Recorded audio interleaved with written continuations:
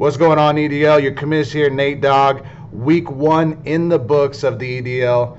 Bringing you your week 2 video. Well, kind of feel like Tyreek Hill doing a little deuces action. As you can see, it's only me this week. No DZ, no problem. Don't know why he's not here. He said his dog was sick. I said, DZ, you don't have a dog. He said, I couldn't find my car keys. To me, sounds like maybe a little embarrassed. Doesn't want to show his face after 1 week of the EDL. Might be a little tough on him. I don't know why he's not here. Send him a message. Tell him, DZ, get back on the cam. Get back on the videos. I need someone here to talk to, so I'm not talking to myself. But anyways, I'm rocking solo today. We're going to keep this video short and sweet. Kind of rattle off what week 1 was and talk about week 2 a little bit.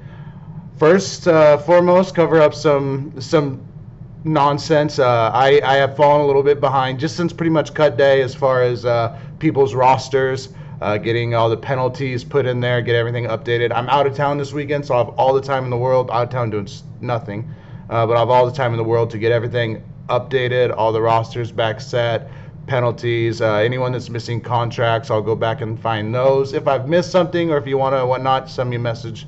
I'll make sure that I get everything done on there. Do your survivor picks. Last week, we only had 10 people do them, but 5 of the 10 got knocked out. 4 people to New Orleans. I got knocked out in Cam's pool on the New Orleans pick. So make sure everyone does your survivors. Robbie, on the other hand, on the confidence picks, got out to a nice start. I think Seward's in second, but a little bit of a lead there. So do your confidence picks. Sometimes it sneaks up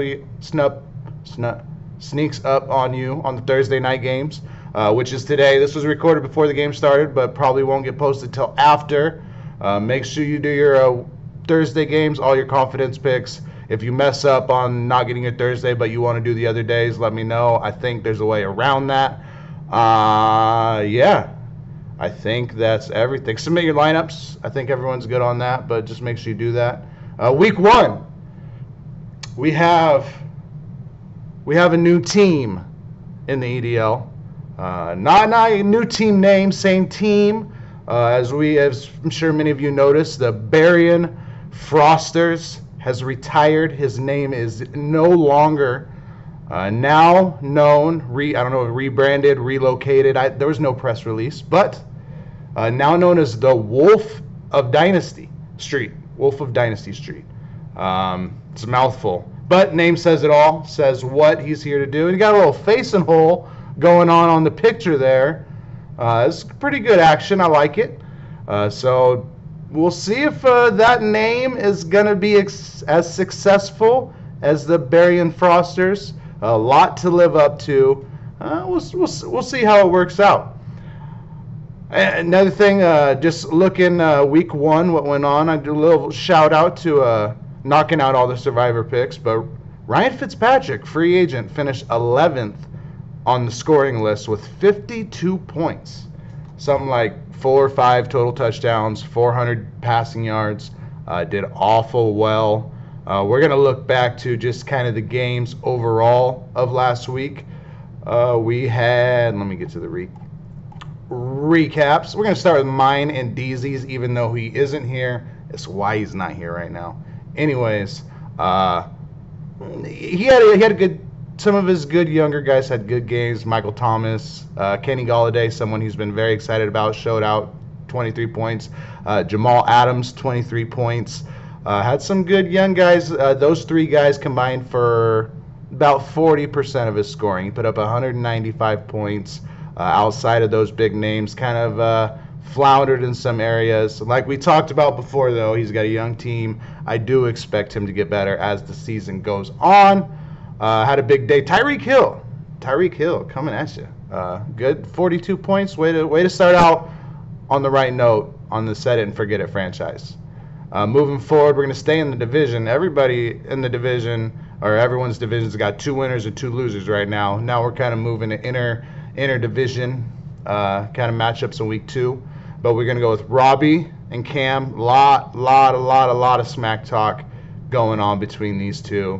Robbie's team came up pretty short, only 166 points, which is pretty low. And even looking at that, I got the number written down. Oh, he had a possible points of 254 and only scored 166. I know Marcus Mariota let him down. Andy Dalton could have gone in there. Chris Thompson on his bench was a big miss that he could have used those points. Not sure if he would have won or lost off those switches or a couple other ones, but had some bench points going there. On the flip side, Cam, big day from his running backs. 3 of his top 4 scores, he only had 4 guys over 15 points. 3 of them came from his running backs.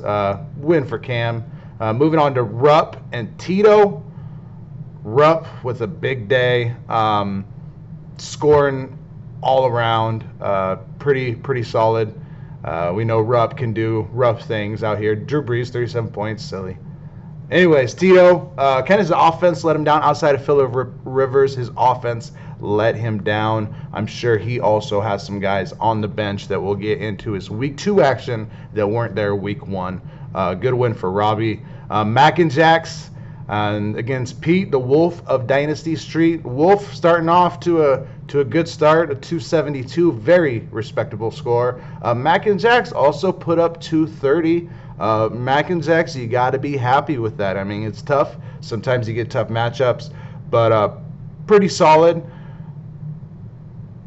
It is what it is, Pete. Good start to the season. We're just gonna keep boogieing. Chris, team has no name and not a win either. Went up against Casey. This happened to be our closest game of the week, 215 to 219. Casey came out on top. His running back's still productive, even though some names have changed. No more Freeman, no more Miller, but Peyton Barber in there. Still has Carlos Hyde playing well now on the Browns, as we know. Casey putting up a solid score there. Manuel Sanders having a good day for Chris, but after week 1, we've already seen him trade a couple of these players. Jordan Reed on the move, so we'll see what he does week 2, and if 215 is the peak of what he's going to do this season, or if he's going to continue to play up at those levels. And moving on to our biggest game of the week, obviously for multiple reasons. We have the Plainview Crushers, Mike Edwards. Damn it. We give you a lot of shit, but today, this Sunday, week 1 Sunday, you came with it. You put it up 320 points, puts you at number 2 overall, all-time points scoring in 1 week. So congratulations, you're on the top 10 list. We got Rupp on there 3 times. No, Pete on there 3 times. My bad. Chris twice, Rupp twice, Cam, Rowe on there once, as we know. Rest in peace, Brett Rowe. And now Edwards, your number 2, 320 points. Put it down.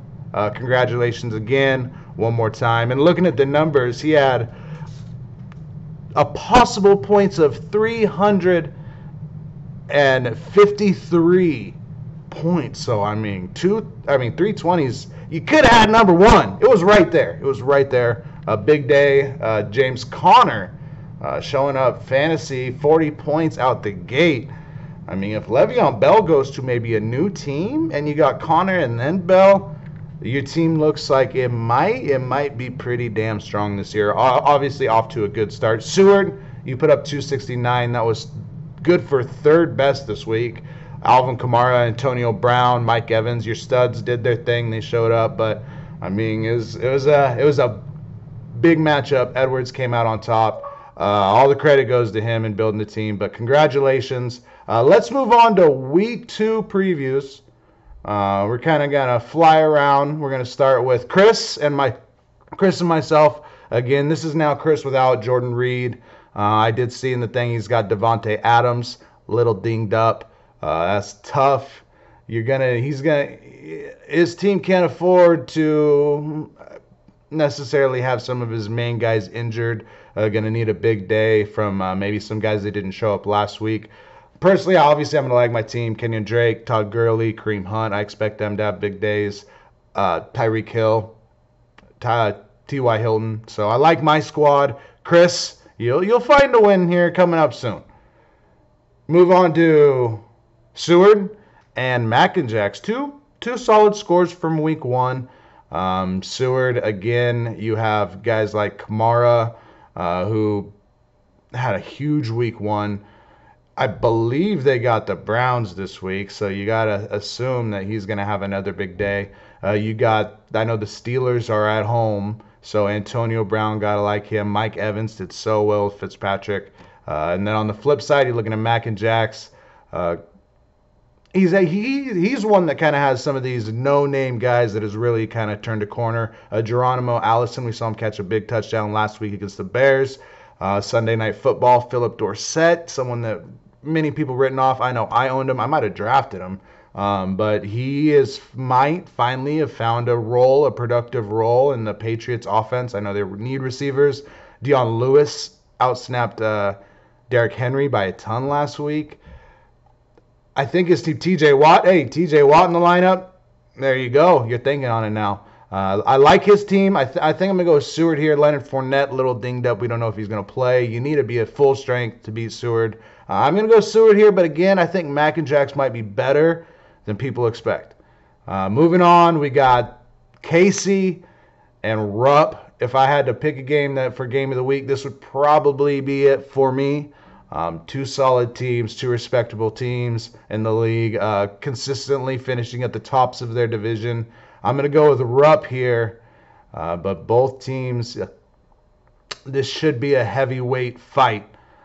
Maybe Casey can get some scoring from Amari Cooper and Duke Johnson, guys, even Josh Gordon that caught one ball, and make this a matchup where both teams score over 250. I'm going to go with Rupp there. We got Edwards, obviously top of the power rankings, but he's up there quite a bit. Looking for another big day. He's only projected for 215 points. We don't know if he's going to get the kind of defensive days out of Von Miller, Miles Jack. Those are hard to predict. I still like him here. He's got a lot of solid pieces across the board. But Cam, I mean, Jay, they said they're going to get the ball 2 more. Joe Mixon, he's whatever. But he had an okay day against the Colts. I see you made some of your pickups and some of your low-scoring wide receivers from week 1 are out of the lineup. I'm going to go with Edwards here. I see some smack talk in the little comments. Suck a llama's ass, Cam. The Plainview Crushers coach, Mike Edwards, said. I like seeing that. I don't know if anyone else put anything in there, but that happened to catch my eye. Then we're going to go. Oh, we got 2 more. We got Tito and Robbie. Robbie, you going to get a win? I like Jordan Howard this week. You got Chris Thompson back in the lineup. I see that. Robbie's projected to win here. I'm going to go with Robbie. I don't think Phillip Rivers throws for 4 million yards or whatever the hell he did. 34 points, 424 yards and 3 touchdowns. I think Robbie's getting a win here this week. It's going to happen. And then our last game of the week, we got the Wolf of Dynasty Street against Snakes on a Draft. Is the Wolf going to catch his first EDL loss this week? I can't. I like Melvin Gordon. Odell is going to have a big week. I like Juju this week. Obviously, Big Ben at home. You like that. Dan's team still young. Still got some going with Royce Freeman. Carry on. Couple rookies. Galladay still young. He has some changes in his lineup this week. Pete's projected for 236.2, which I believe, I'm going to get a quick scan. Yep, it looks like he is the favorite this week to score the most points. I'm going to go with Pete. Oh, I got someone at the door. That means this video is over. EDL, week 2. We'll catch you all. Good luck, everybody, once again. Realist Fantasy Dynasty League out there.